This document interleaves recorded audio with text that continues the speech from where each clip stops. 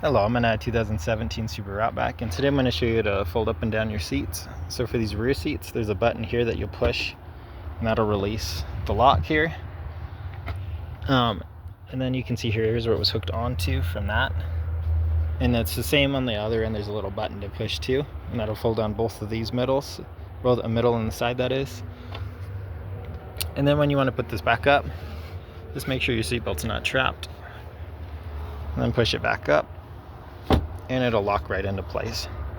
So it's nice and tight again. Same process on that side for these front seats. To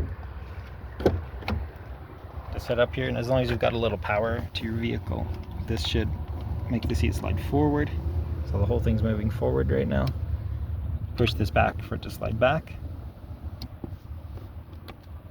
And then this adjusts the lumbar support there, forward or back. This one adjusts if it's forward or backward for just this part. So this makes it go this way, and this makes it go that way. Then we'll check the passenger side.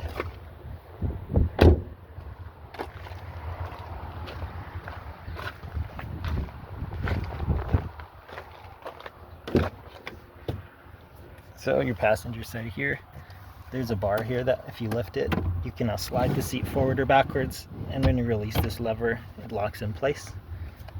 And then this support here, if you pull it up, this whole seat's going to fall forward. And then while this is pushed up with two hands typically, you can lean the seat back as well. And when you push this back down, it stays locked in place. But I hope this is helpful. Hope you have a wonderful day.